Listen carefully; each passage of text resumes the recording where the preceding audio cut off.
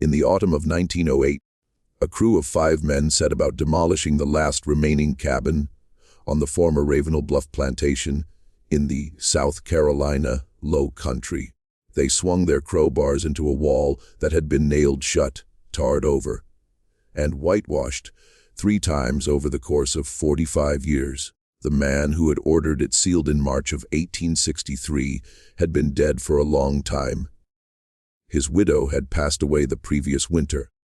The property's deed had changed hands 4 times, with each new owner being assured by the Ravenel family's former overseer that the small cabin at the edge of the rice field could be torn down, but never, under any circumstances, opened. When the first board came loose that October afternoon, the foreman recoiled from the odor that swept out into the pine-scented air. 2 of the younger workers made the sign of the cross. The oldest among them, a freedman named Solomon Pinckney, who had been born on a neighboring plantation in 1847, put down his crowbar and said, very quietly, that he had been waiting 60 years to find out what was on the other side of that wall. What they uncovered inside that cabin would compel a county coroner to come out of retirement, generate a series of newspaper articles that were withdrawn from circulation within 3 weeks, and expose a crime that the Ravenel family had spent 2 generations and a considerable fortune attempting to bury behind pine boards and pious Sunday devotion. Before we proceed with the tale of Ravenel Bluff and the cabin that had remained sealed since 1863, please ensure you're subscribed to Forgotten Stories and leave a comment telling us which state you're listening from right now. Hearing from you across the country reminds me why these stories must never be forgotten. And now, to comprehend what lay behind that wall, we have to travel back to the spring of 1849, when Ravenel Bluff was still regarded as one of the most prosperous rice plantations along the tidal stretch of the Combahee River. The plantation was situated on a high bank of sandy loam overlooking nearly 300 acres of flooded rice fields, bordered to the east by a dense grove of cypress and live oak draped in Spanish moss, and to the west by a low tidal creek that filled and drained with the salt, pulled rhythm of the Atlantic. The air in the low country that spring was thick with the scent of mud and blooming jessamine. And at night, the rice fields echoed with the croaking of bullfrogs and the slow, steady clicking of rice birds that descended from the Carolina Piedmont to feed on the spring plantings. To the north, the Combahee River wound between its banks of blackwater and tangled palmetto, its surface broken every few yards by the log, still shapes of alligators basking in the long afternoon light. In the geography of the antebellum South, this was one of the richest stretches of land in the Republic. A single acre of Combahee rice, at the price it commanded in the Charleston markets of 1849, was worth more than most free, white farmers in the upcountry earned in a year. The main house was a 2-story Greek Revival structure, painted a particular shade of white that only the very wealthy could afford to maintain in that humid climate. Its columns were carved from heart pine, and its long verandas were shaded by the same live oaks that had been old when the first European settlers passed through the region in the 1690s. The interior was furnished with pieces that Augustine Ravenel's grandfather had shipped in from Philadelphia and New Orleans. Mahogany writing desks, a broadwood pianoforte in the front parlor, a sideboard of French walnut that had been carried down from Richmond on a coastal schooner in 1811. The floors were heart pine, the walls were plastered and painted the color of old cream, and above the dining room fireplace hung an oil portrait of Augustine's father, Colonel Pierre Ravenel, who had served under General Andrew Jackson at the Battle of New Orleans, and who stared down at every family meal with a severity that Augustine Ravenel, as a boy, had found difficult to bear. Behind the main house Arranged in a neat double row along a packed earth lane, stood the plantation's 12 slave cabins. These were small structures of rough, cut cypress plank roofed with hand-split shingles, each one housing between 4 and 8 human beings who were considered, under the laws of South Carolina in that year, the personal property of Mr. Augustine Ravenel. The cabins had packed earth floors, a single hearth at one end, and small unglazed windows covered at night with oiled cloth. In the summer, they were thick with the smell of sweat and smoke and the resinous breath of the pine forest beyond the fence. In the winter, they were cold enough that the children slept 3 to a pallet for warmth. Between the cabins and the main house ran an invisible line that every person on the plantation understood without ever having it explained. One side of that line was the world of the Ravenel family, the world of ledger books and Sunday dinners and letters written on cream-laid paper. The other side was the world of work and survival, and the long memory of a people who had been brought to that place from a continent that most of them had never seen and would never see again. Augustine Ravenel was 46 years old in the spring of 1849. He was the third of his family to hold the plantation, descended from a Huguenot merchant who had fled France in the 1680s and settled in Charleston before pushing inland to the rice country. Augustine was a tall, narrow-shouldered man with sand-colored hair going gray at the temples, and a habit, noted by every neighbor who ever had supper at his table, of chewing the inside of his cheek when he was displeased. His wife, Henrietta Bonneau Ravenel, was 7 years his junior, educated in the French manner at a finishing school in Charleston, and known among the wives of the low country gentry for her fierce adherence to the proprieties of her class. They had 3 children, a daughter, Clotilda, who was 12 in that spring, a son, Augustine Jr., who was 9, and a younger boy, Lawrence, who was 4. The plantation held, by the census of that year, 47 enslaved people. Among them were a man named Ezekiel, who was the head driver of the field hands, born on the plantation in 1809, whose father before him had been brought in chains from the windward coast of Africa in 1787. Ezekiel knew every inch of the rice fields, every working of the trunk gates that controlled the tidal flow, every name of every person who lived in the cabins. He was, in the unspoken hierarchy of the enslaved community, the man to whom the others turned when a child fell ill or when a dispute needed to be settled without the involvement of the overseer. He was 40 years old in the spring of 1849, a broad-shouldered man with hands so calloused that he had lost most of the feeling in his fingertips, and he moved through the world with the careful patience of a man who had learned, very young, never to waste a motion or a word. There was a woman named Clarissa who ran the kitchen and was considered by Henrietta Ravenel to be indispensable. Clarissa was 52 in that spring. She had been a girl of 8 when she was bought by Colonel Pierre Ravenel at the Charleston market in 1805, separated on that same afternoon from her mother, whose name she could no longer remember by the time she reached middle age. Clarissa had, over the decades, made herself into the most skilled cook in the parish. Her shrimp pilau was famous from Beaufort to Charleston. She baked Ben wafers that Henrietta served to the visiting wives of state senators.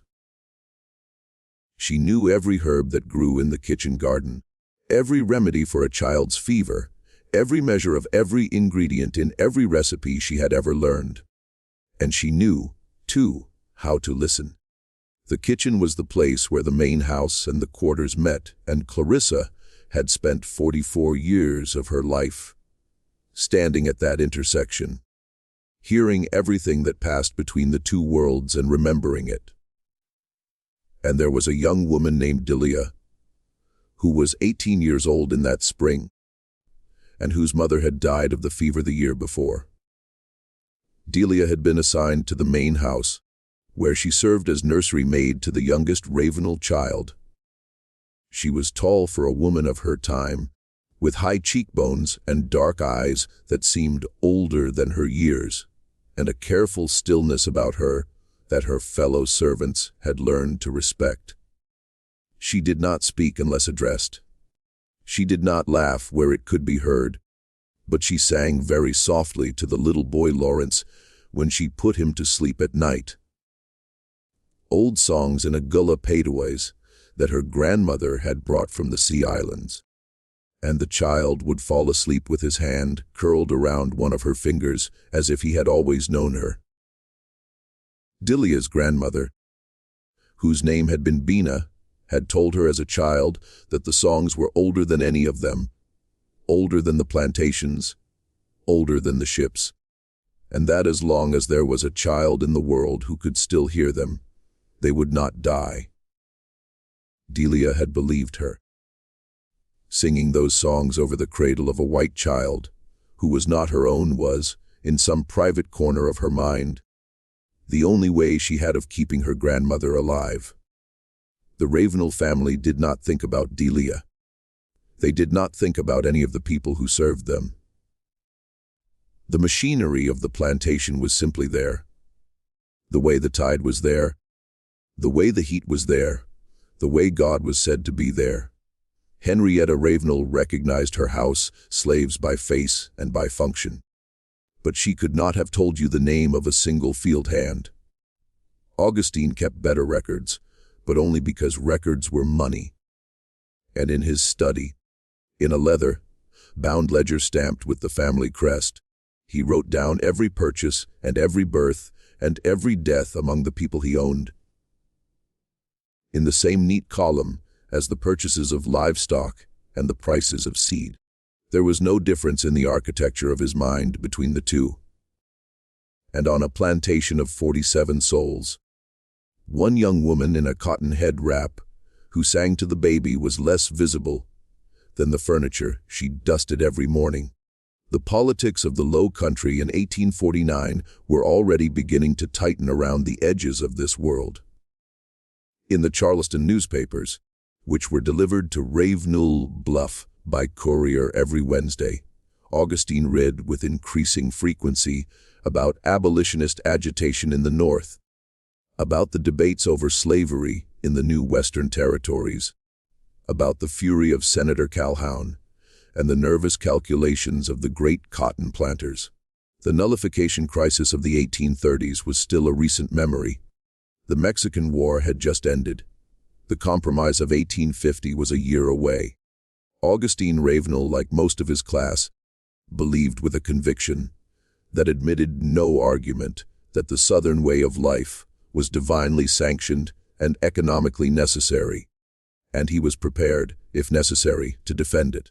He did not yet know that within 12 years his country would split in two over the precise question of whether he should be permitted to continue to own the woman who dusted his desk. And Delia, who knew nothing of the debates in Washington, continued to sing to his youngest son in the nursery, and to make the little boy laugh, and to keep him alive through the fevers of his first years, because that was what she had been assigned to do. And because the boy, in his own way, had become the thing that made her own life bearable. This was the ordinary world of Ravenel Bluff in the spring of 1849, a world of rice and rhetoric, of mint juleps on the veranda and Sunday sermons at the parish church in Beaufort district, of neat ledger books in Augustine's study recording every bushel and every birth and every purchase, both of livestock and of people. It was a world that its inhabitants believed would last forever. It was a world that was about to crack open along a seam that no one in the main house had yet seen. The crack began in the summer of 1852, when Augustine Ravenel's youngest son, Laurent, died of yellow fever. He was 7 years old, and the fever came that summer to Beaufort district in one of the worst outbreaks the region had seen since the epidemic of 1817. It moved through the low, lying plantations along the Combahee River the way fever had always moved in that country. Through the mosquito, thick air of the August dusk, striking the youngest and the oldest first. At Ravenel Bluff, it took 3 people in the course of 2 weeks. An elderly field hand named Old Moses died on the 11th of August. A 4-year-old girl in the second cabin died on the 15th, and on the morning of the 21st, little Lawrence Ravenel woke with a flushed face and a temperature that made Delia's hand jerk back when she touched his forehead. The boy lasted 8 days. For the first 3, he alternated between fever and shivering. He asked for his mother, who could not be reached in time, and for Delia, who did not leave his side. By the 5th day, the disease had entered its second phase. The yellowing of his eyes, the retching of black matter that gave yellow fever its old name of vomito negro. Delia, who was 21 years old, held him through each convulsion with a steadiness that the household physician, a Dr. Franklin Lezezin, later described in a letter to Henrietta Ravenel as remarkable. When Lawrence could no longer speak, Delia held his hand and sang to him the same song she had sung when he was an infant. She sang about the river that ran to the sea. She sang about the woman who became a bird. She sang until her voice gave out, and then she hummed. And then she simply held him. Henrietta Ravenel was in Charleston when the child died, visiting her sister. Augustine was in the study. It was Delia who closed the boy's eyes, and who washed his small body with rosewater, and who wrapped him in the linen that had been set aside for the purpose, and who did not cry in front of the physician, because she knew that no one in the main house would ask her to. In the weeks that followed, something shifted in the main house. Henrietta returned from Charleston 3 days after her son's burial, collapsed in the front hall of the plantation house, and had to be carried upstairs. She did not leave her bedroom for nearly 4 months. The curtains of the nursery were drawn. The toys were wrapped in muslin and packed away in a trunk. The house was draped in black crepe, and the mirrors were turned to the wall. And the mantel clocks were stopped at the hour of the boy's death. Augustine, who had been distant from his children for most of their lives, began to spend long hours in the nursery, where his youngest son had died, sitting in the rocking chair Delia had once used. He drank more than he had ever drunk before. He slept badly. He snapped at his daughter, Clotilde, who was 15 that summer, and who had begun to fear her father in a way she had never feared him. And Delia, who had nowhere else to go, was often in that same nursery, folding small clothes that would never be worn again, dusting a rocking horse that would never be ridden. What happened between them in that nursery over the course of the next year did not happen, because either of them chose it in any sense that a free person would recognize as choice. Augustine Ravenel was the man who owned her. Under the laws of South Carolina in 1852, there was no such thing as the rape of an enslaved woman by her enslaver, because the word rape required a violation of the victim's will, and the law did not recognize that an enslaved woman possessed a will that could be violated. This was not a private opinion of the Ravenel family. It was the written law of the state, upheld by every court in the republic south of the Mason-Dixon line. And it had been articulated, most infamously, by Judge Thomas Ruffin of North Carolina in the case of State versus Mann in 1829, when the judge had written that the power of the master must be absolute in order to render the submission of the slave perfect. And it was under the cover of that law, and under the cover of his wife's grief, and under the cover of the quiet rooms of a house, draped in mourning cloth, that Augustine Ravenel began a relationship with the young woman who had held his dying son. Delia did not fight him. A woman in her position did not fight, because a woman in her position who fought would be whipped or sold or worse. She did what she had always done. She went still. She went silent. She sang in her own mind one of her grandmother's old songs. And she waited for it to be over. When she walked back to her cabin, afterward in the darkness of the lane between the quarters, she walked without making any sound at all. She had learned by the age of 22 that the body was a thing that could be separated from the self if you were careful, if you were very careful. And if you kept singing. In the autumn of 1853, Delia was pregnant. She was 22 years old. She told no one. And the other women in the cabins saw the shape of her body changing under her apron and knew, the way women have always known. Clarissa, who ran the kitchen, took her aside one evening behind the smokehouse and asked her whose it was. Delia did not answer. She did not have to. Clarissa had lived on Ravenel Bluff for 31 years. She had seen this before. She had seen what happened to the women it happened to, and she had seen what happened to the children. Clarissa, who had buried 3 of her own children and had watched a 4th sold away to a plantation in Alabama when the girl was 12 years old, looked at Delia for a long time in the red light of the setting sun.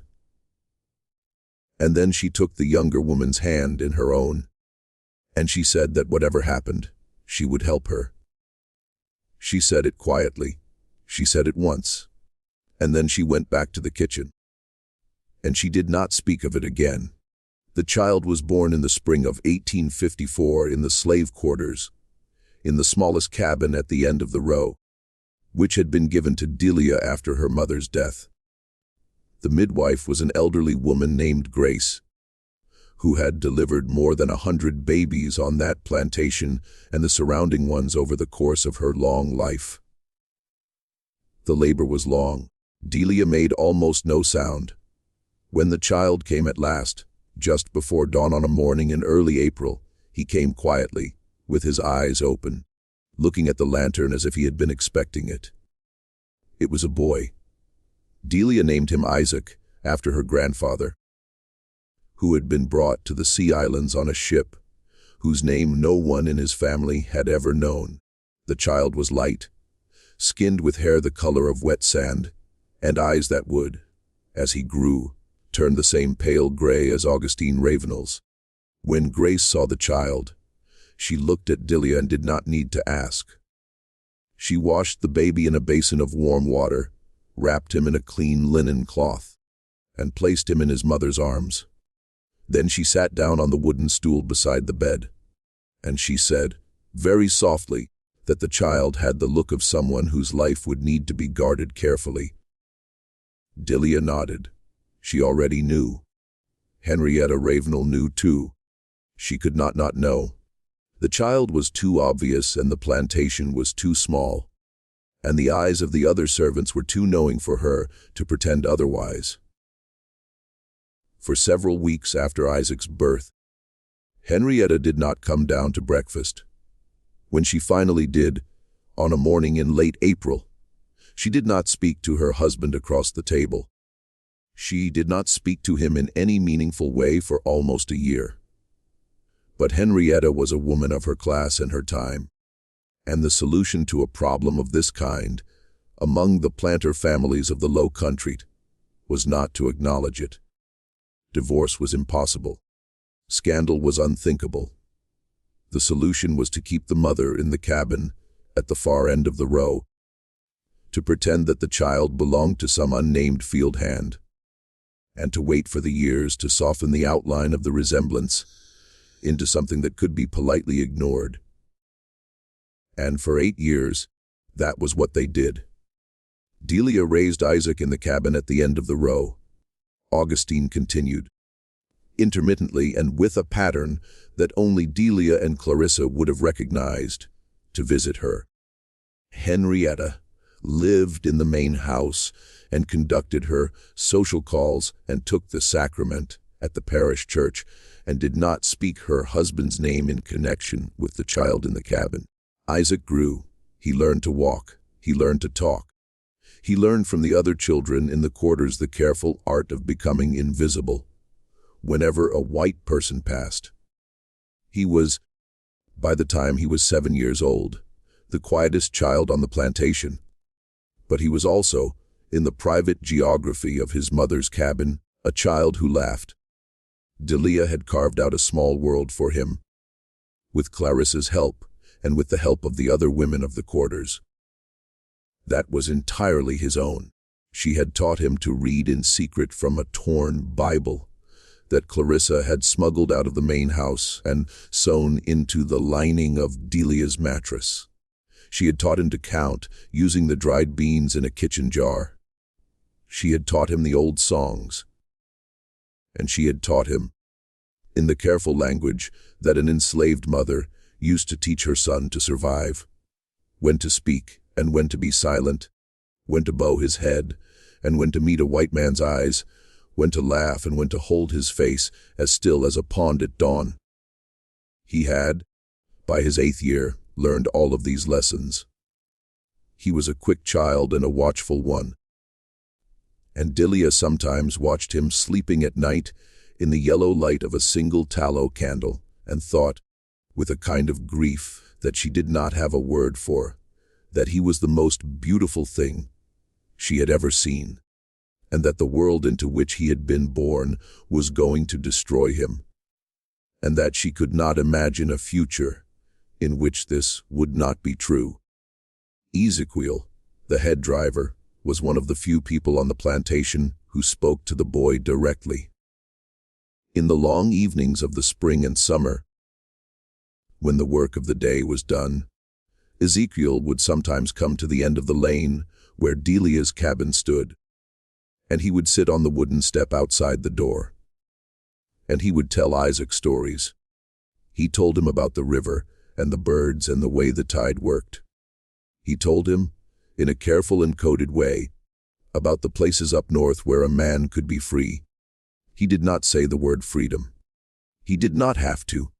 Isaac, who was small and thin and who watched the older man with gray eyes that were already old for his age, understood what was being described. Delia, listening from inside the cabin, said nothing. She was afraid of what Ezekiel was telling her son, and she was afraid of what would happen if he did not tell him. And then, in the summer of 1862, everything changed. The war had come to the Sea Islands. The Union Navy had taken Port Royal the previous November, landing troops on Hilton Head and the surrounding islands, and sending the white population of the region fleeing toward the interior. Confederate planters up and down the coast were beginning to understand that their world was ending. The great plantations of the Sea Islands had been abandoned. The enslaved people left behind had been declared contraband of war by General Benjamin Butler, and then, in January of 1863, declared free by the Emancipation Proclamation. News of all of this reached the plantations along the Combahee River, through channels that the planters could not control. It reached the kitchens. It reached the stables. It reached, within days, the cabins. Augustine Ravenel, who was now 59 and who had lost 30 pounds in the last year, began to drink in the evenings in a way that his wife and daughter pretended not to notice. He began to sit up late in his study, with the ledgers open in front of him, staring at columns of figures that represented a form of wealth that was, he now understood, about to be taken from him. He wrote long letters to his banker in Charleston. He wrote to his brother-in-law in Richmond. He slept, when he slept at all, in the chair by the study fire, with a pistol on the desk beside him. The field hands were beginning to disappear, slipping away at night toward the Union lines, and no amount of patrolling could stop them. In April of 1862, 3 young men from the second cabin had left together and were never heard from again. In June, a woman named Hannah and her 2 daughters had simply not been in their cabin when the bell rang at dawn. Ezekiel, the head driver, who had been with the family since before Augustine inherited the plantation, walked into the woods on the night of August the 9th, 1862, and never came back. He had, in the preceding weeks, begun to speak more openly to the younger men of the quarters about what was coming. And then, on one warm night, he simply stepped out of his cabin and was gone. He was 53 years old. He left behind a wife named Chloe, who would eventually find him again in the fall of 1864 at a contraband camp outside Beaufort, and who would die in his arms of pneumonia in the winter of 1867, a free woman on free land. Augustine Ravenel began to be afraid. It was a specific, nameable fear. He was afraid of what would happen when the Union Army came, and he knew now that it would come. He was afraid of his ledgers being read by Yankee officers. He was afraid of his neighbors, several of whom had already begun to whisper about him in Beaufort society. About the child at the end of the quarters row, about the resemblance that was no longer deniable as the boy grew older. And in a way that he had not previously permitted himself to think, he was afraid of Delia and of the child Isaac, who was now 8 years old, and whose face was a daily public record of something that Henrietta had spent 9 years pretending did not exist. The war was about to make Delia a free woman, and a free Delia could testify. A free Delia could write her own name if she chose, and it was on a piece of paper that any Union officer in the region would read with interest.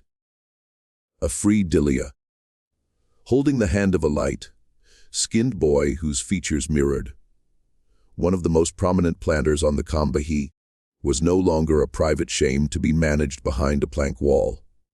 She was a witness, and witnesses, in the calculation of a man like Augustine Ravenel, were not problems to be reasoned with. They were problems to be solved. In the autumn of 1862, Augustine Ravenel began to make arrangements.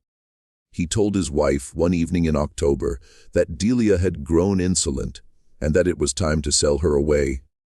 Henrietta, who had been waiting for this conversation for 9 years, did not argue. She asked only that it be done quickly, and that the child go with her. Augustine agreed. He did not, however, make contact with any slave trader.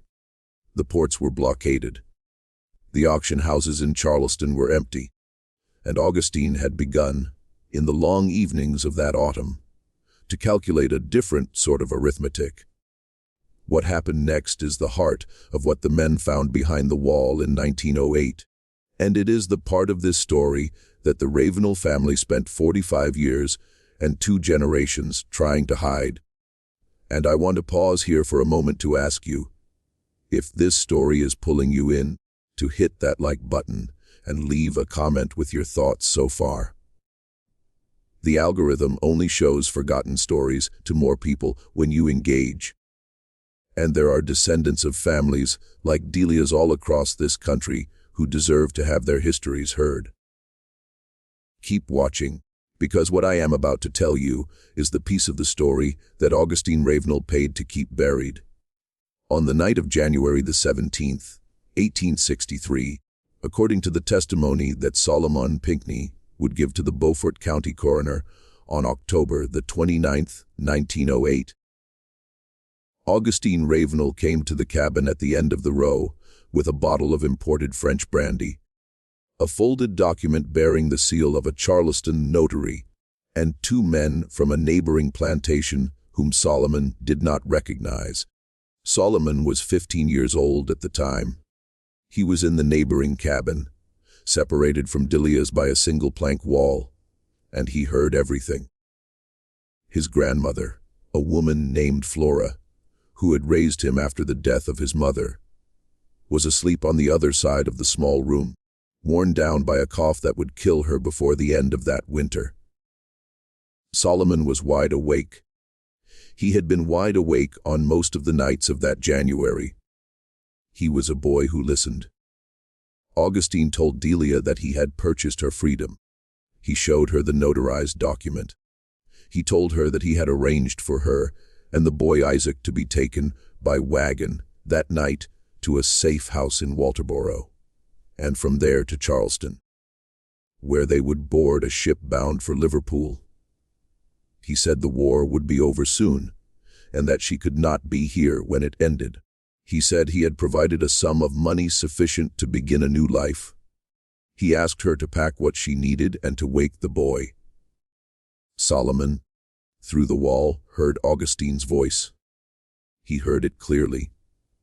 It was the voice of a man who was trying to sound generous and who was, at the same time, trying to sound like a man who had made a decision he did not intend to unmake. Solomon had heard that voice many times in his short life. It was the voice that white men used when they had already decided the outcome of a conversation, and it did not matter what the other person said. Delia did as she was told. Solomon heard her through the wall, moving quietly in the dark, telling the child, in that low singing voice, that they were going on a journey, that he should be brave, that he should be very quiet. Solomon heard her wrap a small bundle of clothes. He heard her strike a match to light the stub of a candle, so that she could find the child's shoes. He heard the child ask if they were going to see the ocean. He heard her say yes, they were going to see the ocean. Solomon, in the dark of his own cabin, began to pray. He did not know precisely why. He could not have articulated what was wrong himself, but something in the arrangement of voices on the other side of the wall had set a cold weight in his chest that would not lift. Then Solomon heard the two men from the neighboring plantation come into the cabin. What happened in that cabin in the next half hour is the thing that the wall was built to hide. Solomon, through the plank wall, heard it all. He heard the child cry out once, a small, high sound of surprise more than fear, because the child had not yet understood what was about to happen. He heard Delia scream. It was a single scream, cut short. He heard a sound he would not be able to describe to the coroner 45 years later without stopping and asking for water. A heavy sound, a wet sound, and then a second, smaller version of the same sound, and then for a very long time silence. Solomon did not move. His grandmother slept on through all of it, because she was old and her cough had exhausted her, and because the human body will sometimes refuse, at the end of a long life, to wake for sounds that the waking mind could not survive. Solomon lay in the dark with the cold weight in his chest, and he did not cry, and he did not move. And he listened to the silence on the other side of the wall, as if he could, by listening hard enough, will the silence to become something else. It did not. Before dawn, Augustine Ravenel and the two men left the cabin. They went to the carriage house. They returned with tools. For the rest of that night, and into the gray of the next morning, Solomon listened through the wall to the sound of hammers, of boards being nailed across the inside of the door, of tar being brushed over the seams, and of a wooden bar being driven across the outside of the cabin and sealed with nails as long as a man's hand. When Solomon dared, near noon, to look out through a knot-hole in his own cabin wall, he saw 3 men whitewashing the exterior of the sealed cabin with a slurry of lime and pine tar. Their faces set in a way that told him, even at 15, that they were not men who had done something they would admit to in daylight. Augustine Ravenel told the remaining enslaved people on the plantation that Delia and her boy had been sold in the night to a trader bound for Cuba. He said the cabin had been sealed because of fever. He said no one was to go near it. He said anyone caught near that cabin would be whipped within an inch of their life. And then, because the war was coming and there was no time for sentiment, he moved on. 6 months later, in July of 1863, Augustine Ravenel was dead.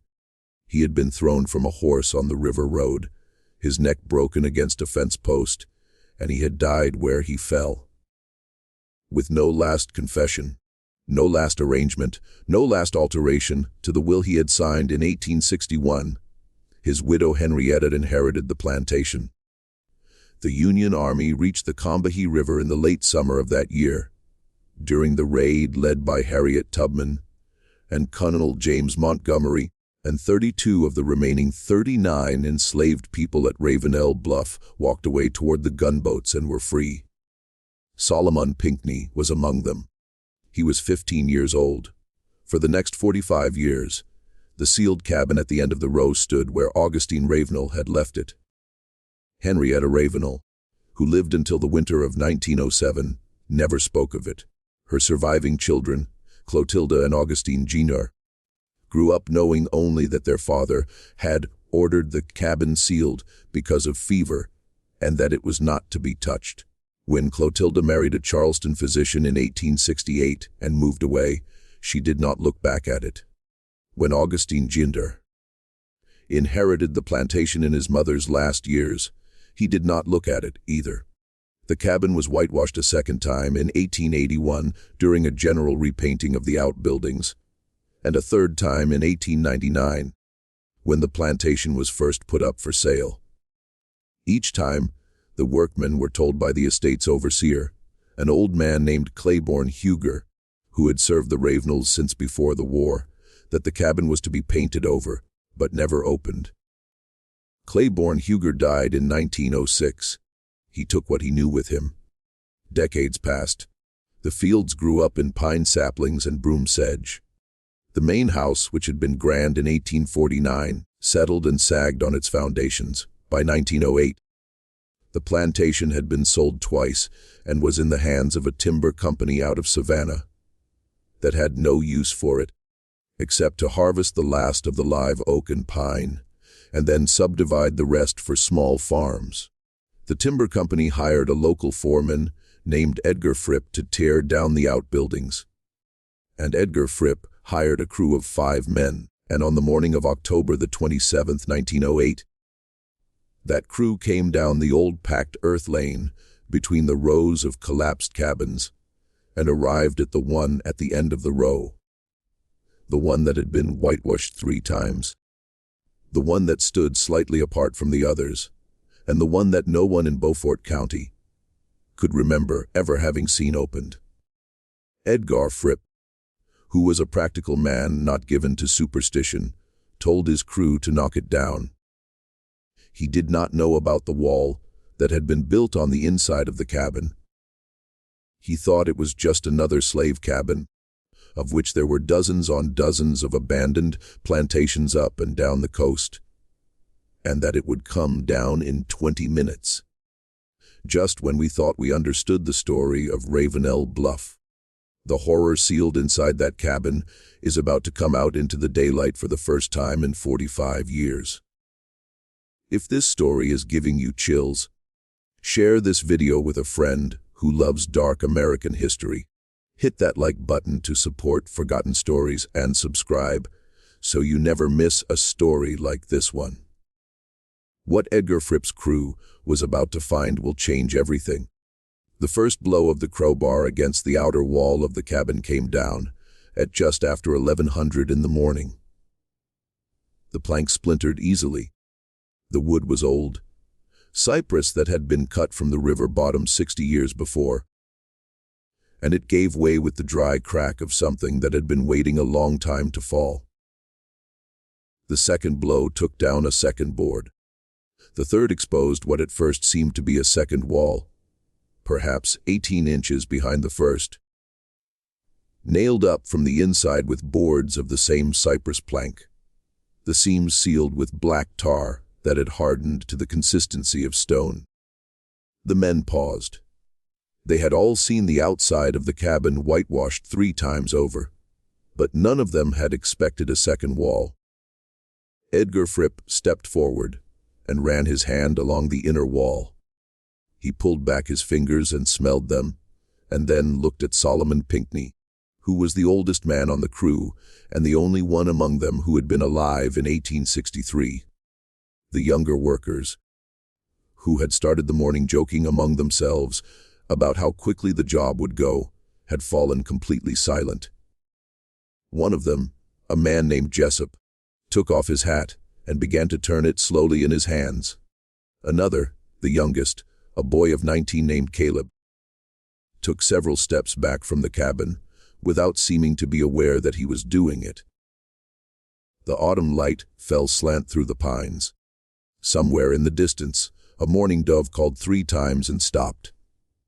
Solomon, who had been waiting for this moment for 45 years, said nothing.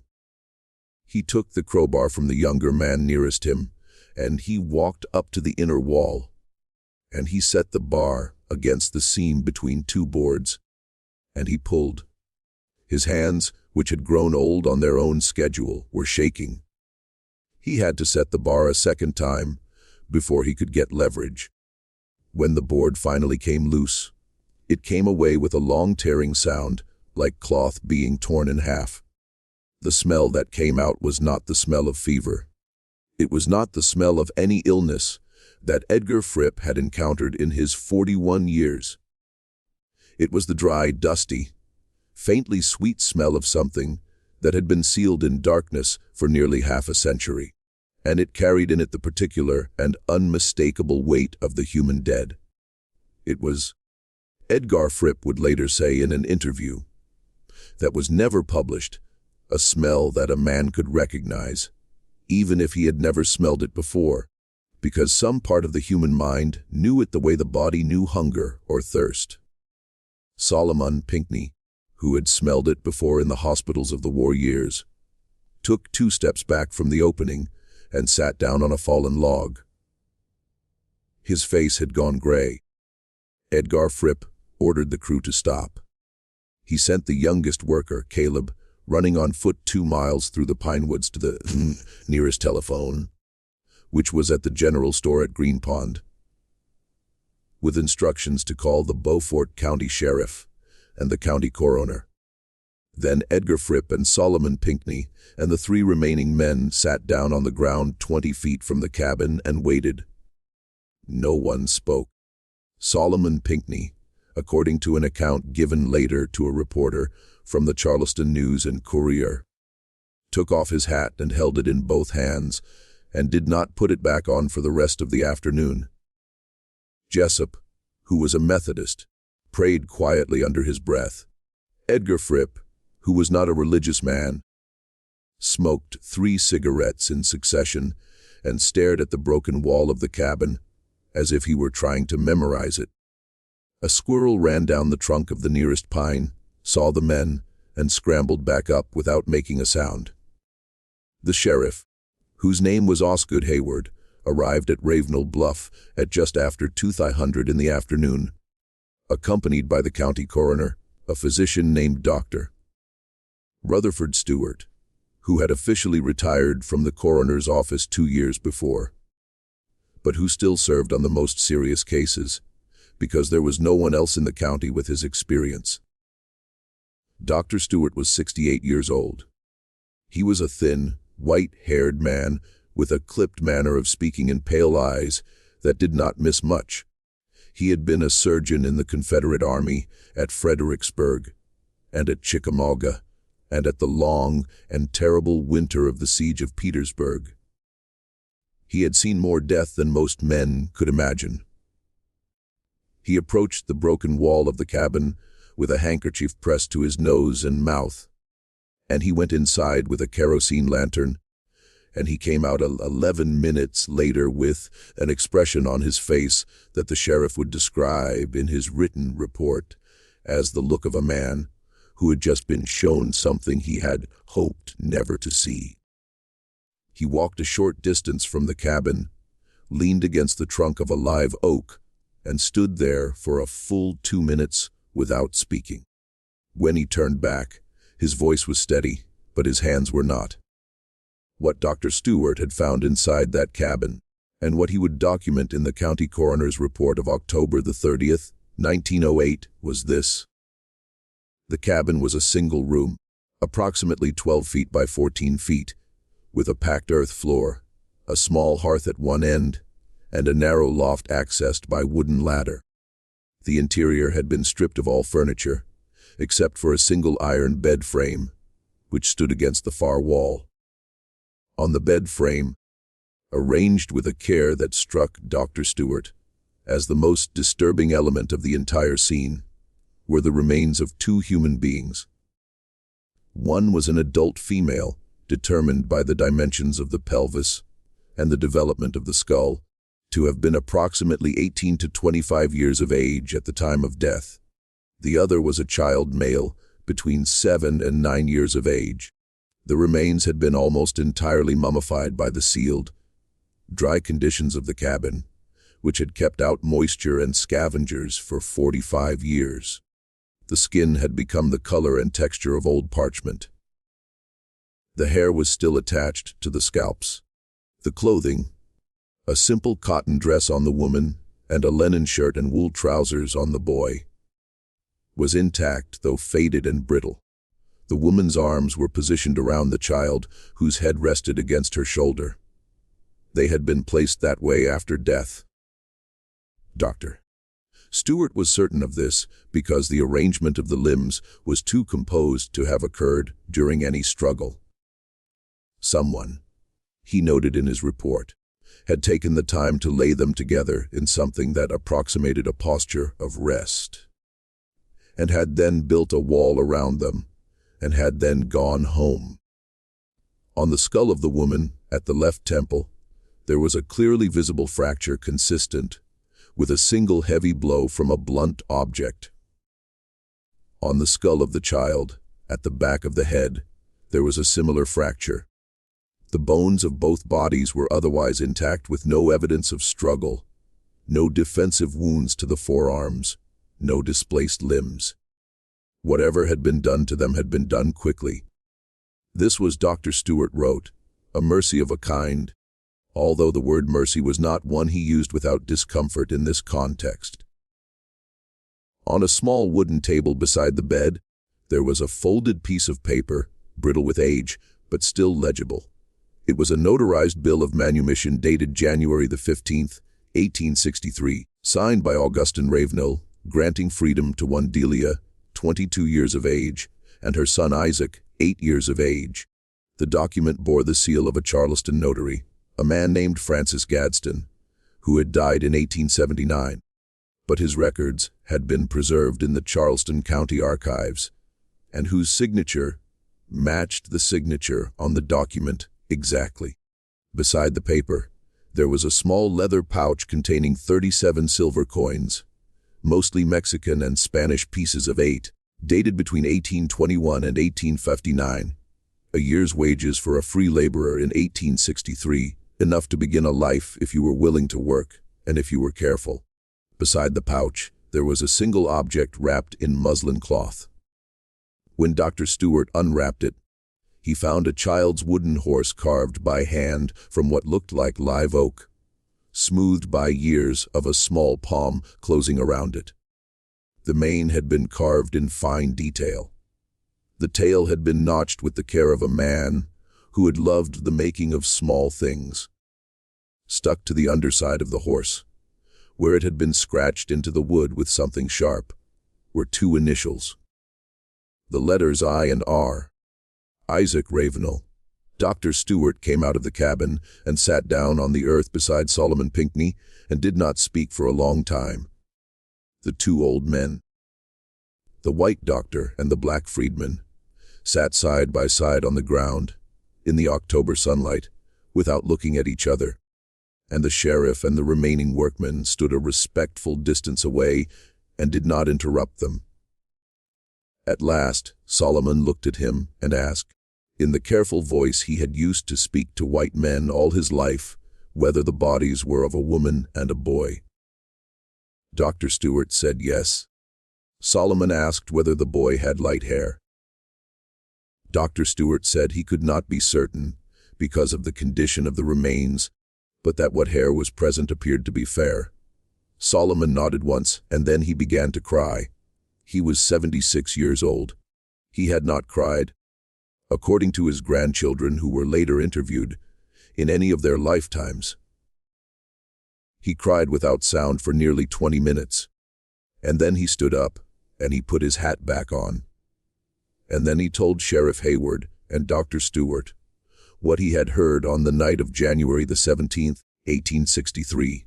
He told it slowly in the same careful voice, stopping twice to ask for water. He named the men. He described the sounds. He described, with an accuracy that would later be corroborated by the coroner's findings, exactly where the bodies had been placed on the bed, and which one had been killed first, and how he knew. When he was finished, Sheriff Hayward took off his own hat, and the three men stood together in the long October shadows and did not speak for a long time. The investigation that followed lasted exactly 17 days, and then it was over.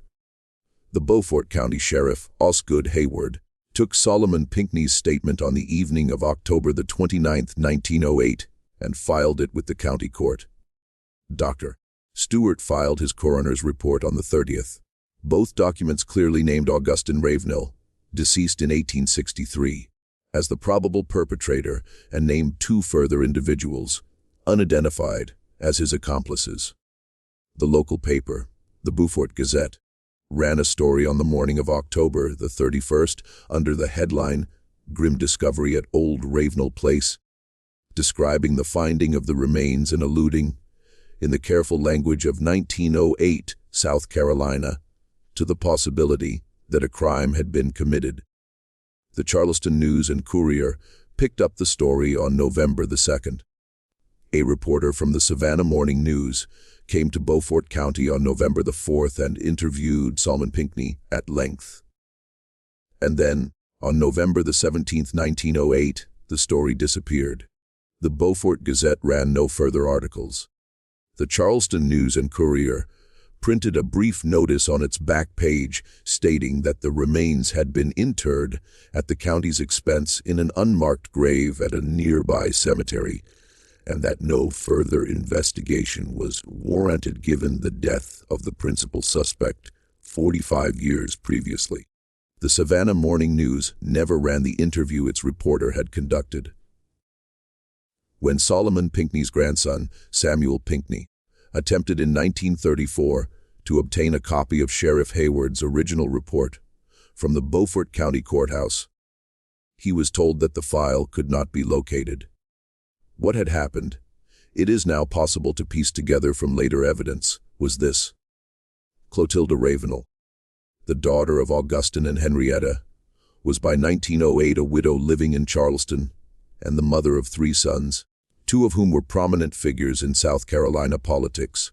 Her brother, Augustine Ginger, had died in 1901, but his sons, her nephews, were officers in the state banking system. The Ravenel family had, in the 45 years since the war, rebuilt its fortune through a combination of timber interests, banking, and marriage. It was not a family that could afford to have a newspaper story circulating about a murder committed by its patriarch. Through mechanisms that were never documented, but are not difficult to imagine, the story was made to go away. Sheriff Hayward, who ran for re-election in 1910, did not mention the case in his campaign. Dr. Stewart, who died in 1912, never spoke of it publicly. The reporter from the Savannah Morning News was reassigned to the agricultural desk and left the paper within the year. What the Ravenel family could not control was Solomon Pinckney. Solomon lived until 1927. He was 79 years old when he died, and in the last decades of his life, he told the story of what he had heard through the wall on the night of January the 17th, 1863, to anyone who would listen. He told it to his children and his grandchildren. He told it to the members of his church at the African Methodist Episcopal congregation in Green Pond. He told it, on one occasion in 1921, to a young graduate student from Fisk University who was traveling through the Low Country collecting oral histories of formerly enslaved people, and whose notebooks were eventually deposited in a university archive where they were not cataloged until the 1970s. Solomon insisted, every time he told it, on 3 points. The first was that Delia had been told she was being freed, and that she had believed it until the moment the other two men came into the cabin. The second was that the child, Isaac, had died knowing he was being taken to see the ocean. And the third was that Augustine Ravenel had sealed the cabin not out of shame, but out of calculation. He had sealed it because a living woman and a living child, both free and both carrying the evidence of his paternity, could destroy him and his family in a way that the corpses behind a plank wall never could. Augustine Ravenel had murdered them not to hide the evidence of his crimes against Delia. He had murdered them because the imminent arrival of the Union Army was about to make her testimony and her son's face into weapons that could be used against him in a court of law and in the court of public opinion. A free Delia walking into a Union camp in the summer of 1863 with a light-skinned boy by her hand and a manumission paper in her pocket would have been one of the most devastating witnesses. The history of the Low Country. Augustine Ravenel had done the arithmetic of his class and his time, and he had decided that it was easier to seal two human beings into a wooden box than to face the consequences of having treated them as human beings in the first place. The manumission paper, it turned out, had been real. He had paid to have it drawn up. He had gone through the legal motions of freeing them. And then, on the night he had promised them freedom, he had killed them. The paper in the cabin was not evidence of a generous impulse gone wrong. It was evidence of a trap set with care. Delia had believed she was free because Augustine Ravenel had shown her the paper and let her read it. And then, once she had believed it, once she had woken her son and told him they were going to see the ocean, he had let in the men who would make certain that no such journey would ever be taken. The woman and the child in the cabin were buried as the Charleston News and Courier had reported in an unmarked grave in the county cemetery. In 1998, the Pinckney family, working with a historical preservation society and a team of forensic archaeologists from the University of South Carolina, located the grave. In 2003, after 5 years of legal wrangling with the county, the remains were disinterred, re-identified through careful comparison with the surviving 1908 coroner's photographs, and reburied with headstones. The headstones are plain gray granite, each carved with a single name and, for the first time in either of their lives, a date of death. Delia, 1841 to January 17, 1863. Isaac, 1854 to January 17, 1863. Alongside them is a third stone added by the Pinckney family in 2004, which reads, in simple lettering, they were told they were free. He lied. Solomon Pinckney heard it through the wall and remembered. The Ravenel Bluff property was developed in the 1950s into a planned subdivision of vacation homes.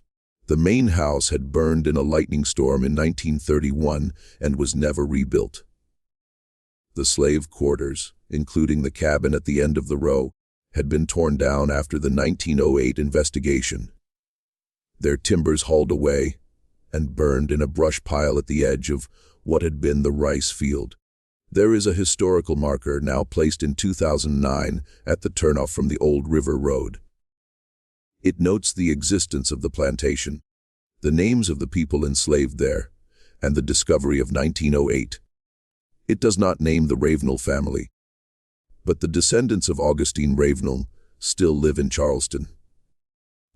The bank he helped to found still operates under a different name on Broad Street. His great-grandchildren sit on boards of charitable foundations.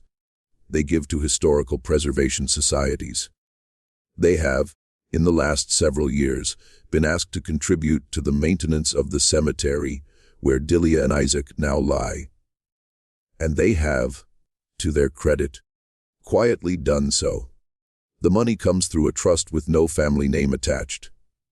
It was the granddaughter of Clotilda Ravenel, a historian in her 70s, who had spent her career studying the Low Country rice economy, who arranged the trust in 2007.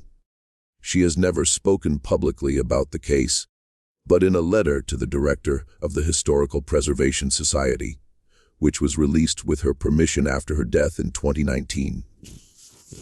She wrote only this: "My great-grandfather built a wall. It was never going to be strong enough. The voices of the people he sealed behind it have been speaking for 150 years, and my family has been listening, whether we admitted it or not." "It is past time," we answered. There are plantations like Ravenel Bluff up and down the coast of South Carolina and Georgia. Places where the cabins have all been torn down and the fields have grown up in pine, and where, behind the polite historical markers, there are stories that were sealed in darkness by men who thought they could outlast the memory of what they had done. Some of those stories have come out. Most of them have not. The cabin at Ravenel Bluff is only one of them, and if the story of Delia and Isaac proves anything, it proves that walls do not hold forever, that the men who build them die, and that the voices they tried to silence have a way of reaching the next generation, and the generation after that. Through the patience of witnesses like Solomon Pinckney, who listened through a plank wall at the age of 15, and carried what he heard for 60 years until the daylight came. What do you think of this story? Do you believe that every wall eventually falls? Or do you think there are crimes that will stay buried forever? Leave your comment below. If this story moved you, subscribe to Forgotten Stories. Hit the notification bell and share it with someone who understands that American history is not only what was written in the ledgers, but also what was whispered through the walls. See you in the next video.